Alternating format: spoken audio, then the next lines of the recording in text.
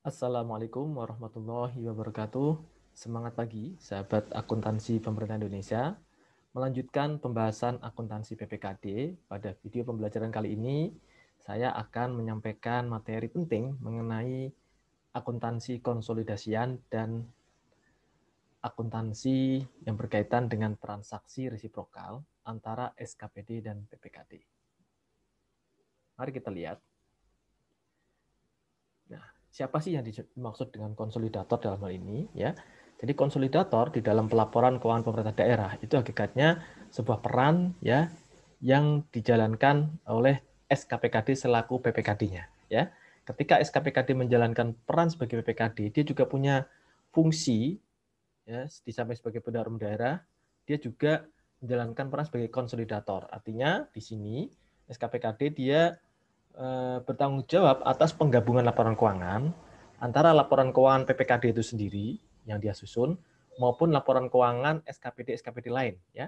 Jadi kalau misalkan di dalam sebuah Pemda itu taruhlah ada 40 sampai 50 SKPD, maka ditambah dengan satu laporan keuangan PPKD, jadilah namanya laporan keuangan pemerintah daerah hasil konsolidasian. Nah, di sini menarik sekali. Kenapa? Karena ketika menyusun laporan keuangan konsolidasian, kita perlu melakukan eliminasi ya yang melibatkan transaksi antara PPKD dan SKPD ya. Karena di situ memang banyak sekali kita melihat keterkaitan antara transaksi di SKPD dan PPKD, khususnya transaksi yang dicatat di jurnal finansial.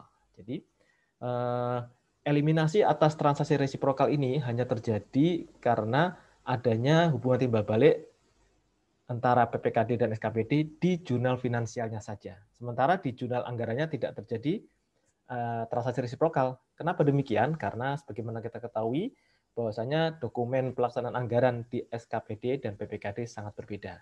Dari jenis pendapatannya berbeda, jenis belanjanya juga berbeda. Bahkan di PPKD dia ada kelompok pembiayaan, sementara di SKPD tidak ada. Maka nanti di sinilah pentingnya kita mengetahui hubungan PPKD dan SKPD.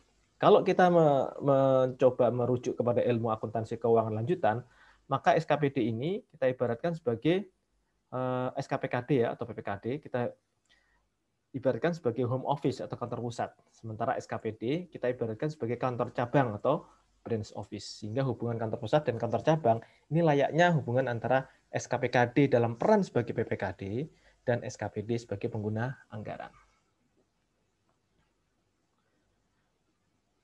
Nah, dengan skema tersebut maka akan ada akun perantara yang berfungsi sebagai jembatan antara SKPD dan SKPKD dan SKPD ya. Jadi yang dimaksud SKPKD di sini adalah dalam peran dia sebagai PPKD. Ya. Oke. Nah, akun tersebut yang kita sebut yang kemarin sudah kita perkenalkan di SKPD itu, dia ada akun RKPPKD di SKPD dan akun RK SKPD di PPKD. Ya. Jadi kebalikan ya. Bagi SKPD dia punya akun perantara namanya RKPPKD di sisi kredit itu merupakan ekuitas. Sementara bagi PPKD dia punya akun perantara namanya RKSKPD dan itu merupakan aset. Sehingga ini yang kita sebut dengan akun perantara. Bagi PPKD itu sisinya debit, bagi SKPD sisinya kredit ya. Dan ini nanti akan saling menghilangkan ketika dieliminasi. Maka ketika teman-teman mencoba membaca laporan keuangan pemerintah daerah, maka tidak akan pernah ada akun RKPD dan RKSKPD. Kenapa? Karena mereka sudah dieliminasi ketika adanya penggabungan laporan keuangan. Ya. Jadi nanti ketika ada transaksi misalkan akun RKSKPD, jadi maksudnya SKPD di sini adalah langsung menunjuk ke nama SKPD yang bersangkutan. Misalkan di Kota Tangerang Selatan nih taruh ada 40-an apa namanya SKPD atau dinas-dinas ya, maka di situ nanti kita akan melihat RK-nya ini langsung menunjuk ke nama spesifik ya, misalkan RK Dinas Pendidikan, RK Dinas Tanaman Pangan, RK Dinas Tanaman Kota seperti itu ya. Nah, cuman di sini kita sebutkan di sini RK SKPD adalah merupakan akun yang sifatnya generik dan SKPD nanti tinggal namanya apa SKPD-nya ya. Nah, kita perlu ketahui teman-teman semua ya, ini mohon maaf ini terjadi kesalahan teknis di dalam penulisan ini harusnya ke atas sedikit ya. Bahwasanya transaksi resiprokal itu terjadi di mana saja. Pertama, kalau ada akuntansi pendapatan Pemda apakah terjadi resiprokal? Nah, ingat kalau transaksi yang berkaitan dengan transaksi yang berkaitan dengan si PPKD itu sendiri ataupun berkaitan dengan SKPD itu sendiri, maka tidak mungkin akan terjadi resiprokal. Misalkan di sini ada penerimaan selain pajak dan selain retribusi, artinya itu pendapatannya si PPKD sendiri. Maka udah otomatis pendapatan PPKD itu berarti hanya berdampak pada pembukaan PPKD saja, ya, karena tidak ada akun RK SKPD di sini, ya. Di sini kan nggak ada nih, hanya kasdi-kasda pada pendapatan. Maka SKPD juga nggak ada jurnal karena nggak terpengaruh dengan pencatatan dari PPKD. Sebaliknya, ketika SKPD menerima pendapatan yang diterima di bendahara penerimaan, maka itu pun belum ada jurnal resiprokal, ya. Nanti ketahuan ada resiprokal ketika SKPD menyetorkan uang hasil pungutan di bendahara penerimaan ke kas daerah. Di situ timbul resiprokal di jurnal finansial, ya. Jadi di sini ketika PPKD membukukan pendapatannya, maka SKPD there's nothing to do with that, ya. Dia ignore aja, tidak ada hubungannya dengan dia, ya. Nah, di sini menarik ketika ada transaksi pengembalian kelebihan pendapatan. Nah, pengembalian kelebihan pendapatan, ya, kita ketahui nanti kita harus bagi pendapatan itu apakah terjadi karena kesalahan berulang atau tidak berulang, ya. Ini berulang itu recurring, tidak berulang itu non recurring. Yang berulang itu biasanya pajak, ya. Biasanya kesalahan pajak yang non recurring ada yang di luar pajak, ya. Non pajak itu bisa retribusi, ya, maupun pendapatan-pendapatan yang lain, ya. Nah, ini ya. Nah, kalau ada pengembalian pendapatan di SKPD dia mencatat untuk periode berjalan, maka SKPD akan mencatat pendapatan di debit dan RKPPKD di kredit. Ingat, ketika ada kata-kata RKPD di SKPD, maka akan ada kata RKSKPD, RK Satker, ya, RKSKPD di PPKD itu. Di sini di sisi debit ya, RKPPKD kredit, kemudian RKSKPD-nya di sisi debit, ya. Dia akan mengakui adanya RKSKPD di debit dan mengeluarkan kas di kasda, ya. Sehingga ini kalau dikonsolidasi maka akan hanya muncul satu jurnal, ya, pendapatan di debit, kas di kasda di kredit, kan gitu, ya. Ya, ingat konsep akuntansi entitas tunggal berlaku di sini ketika ada penggabungan antara SKPD dan PPKD yang melibatkan akun RKPPKD di SKPD maupun akun RKSKPD di PPKD. Ya. Jelas sampai sini teman-teman, ya? Oke, pelan-pelan, ya. Baik, ini untuk pendapatan yang recurring, pendapatan pajak tahun berjalan, ya, tahun berjalan. Masih di tahun berjalan, kalau pendapatannya di luar pajak gimana? Mau retribusi, ya, mau pendapatan yang lain, ya. Nah, kalau di SKPD kan pendapatannya memang cuma kalau nggak pajak ya retribusi dan lain-lain PAD, gitu, ya. Dia misalkan mendebit pendapatan, mengkredit RKPPKD, maka PPKD juga sama nih, RK SKPD pada kas di kasda, sama, ya. Kalau tahun berjalan tidak ada perbedaan, baik pendapatan pajak maupun di luar pajak. Nah, yang menarik adalah ketika ada restitusi pendapatan yang berasal dari tahun sebelumnya. Nah, ini akan berbeda treatmentnya antara pendapatan pajak maupun pendapatan yang di luar pajak. Untuk pendapatan pajak, treatmentnya sama dengan periode berjalan, ya. Ini sama dengan periode berjalan, ya. Mendebit pendapatan, mengkredit RKPPKD, kemudian bagi PPKD sebaliknya, ya, mendebit RKSKPD, mengkredit kas di kasda, sehingga ketika dikonsolidasi hilang kan sini ya, pendapatan pada kas di kasda, gitu, ya. Nah, ketika kita melihat pencatatan untuk pendapatan yang non recurring, maka tidak ada jurnal bagi SKPD. Kenapa? Karena pengembalian pendapatan non pajak dari tahun lalu harus menggunakan pos belanja tak terduga, di mana belanja tak terduga hanya dipunyai oleh PPKD. Maka di sini tidak terjadi transaksi resiprokal. Hanya PPKD mencatat, yaitu mendebit beban tak terduga dan mengkredit kas di kasda. Ya. sekali lagi, perbandingan resiprokal antara PPKD dan SKPD itu hanya dan hanya terjadi di jurnal finansial saja. Anda nggak perlu melihat jurnal anggarannya, karena nggak akan terjadi resiprokal. Ya, jadi ini menunjukkan ada resiprokal ya, timbal balik antara PPKD dan SKPD di jurnal finansial saja. Sekali lagi, hanya di jurnal finansial. Maka perbandingan di sini hanya perbandingan jurnal finansial, PPKD, dan SKPD. Jelas ya, teman-teman ya? Oke. Nah, sekarang kita bedah lebih lanjut ya, bagaimana resiprokal ini bisa terjadi di transaksi yang lain, misalkan apa namanya, pejabat penata keuangan menerima SP2D dari kuasa BUD ya. Ini ketika dapat SP2D, baik dia SP2D GU maupun SP2D LS, kan berarti kan ada apa ya? Ada pengesahan belanja, sekaligus dia akan ada apa namanya, penerimaan uang ya dari pendarung daerah ya. Jadi misalkan SKPD itu pertama kali ya, kalau dapat uang persediaan ya. Maka kalau ada uang persediaan kan terbit SP2D UP ya. Ya. Ketika terbit SP2D UP, bagi SKPD nyatanya apa? Kas di bendara pengeluaran pada RK PPKD. Ini yang sudah kita pelajari di pertemuan sebelumnya. Kemudian bagi PPKD dia balik, kalau ada RK PPKD di kredit untuk pembukaan SKPD, maka pembukaan PPKD akan kebalik, dia RK SKPD ya, RK Satker. Satkernya apa? Dinas Pendidikan, Dinas apa namanya, Pekerjaan Umum gitu di sini ya. Oke. Kemudian kreditnya adalah kas di Kasda. Tuh. Jadi nanti kalau di konsol hilang kas di benda pengeluaran pada kas di Kasda kan gitu. Oke. Ini yang pertama ya, ketika ada SP2D UP maupun ketika ada SP2D GU. Ya, kalau GU kan berarti kan uang persediaan di bendara pengeluaran kan nambah lagi nih setelah dikeluarkan. Maka jurnalnya kan seperti ini ya.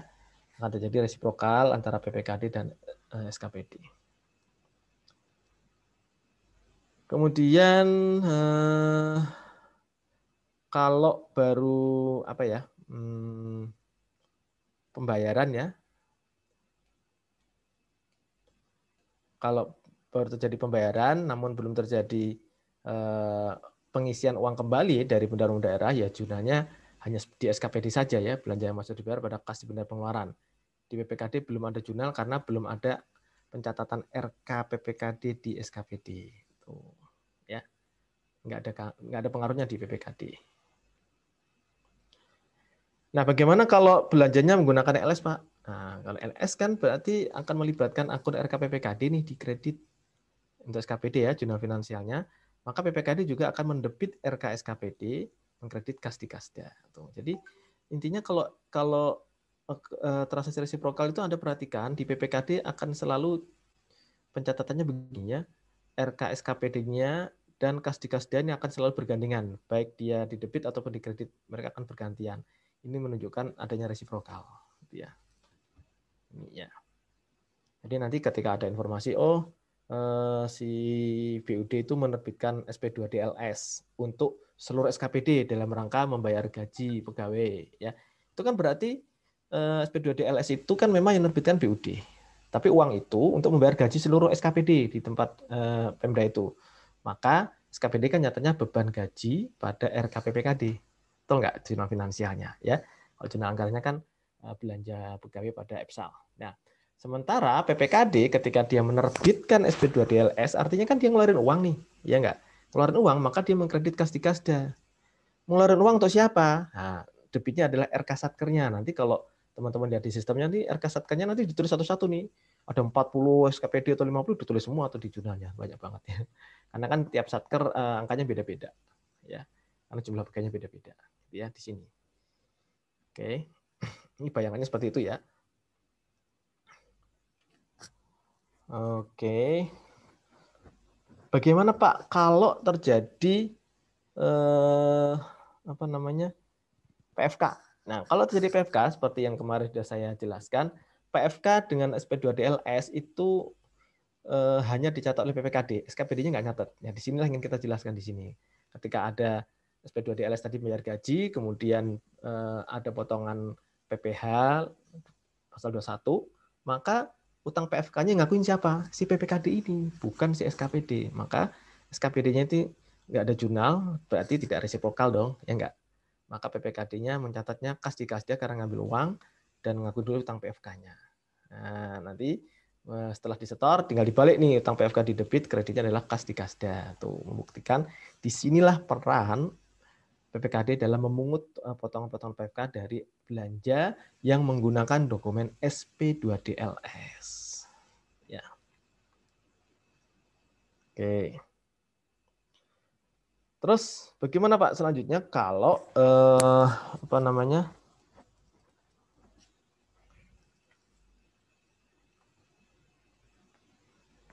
Apa terjadi belanja beneran ya? Ini seperti tadi ya, beban pada RKPPKD, RK Satker pada kas di kasda ini sudah sebenarnya tadi ya. Maaf.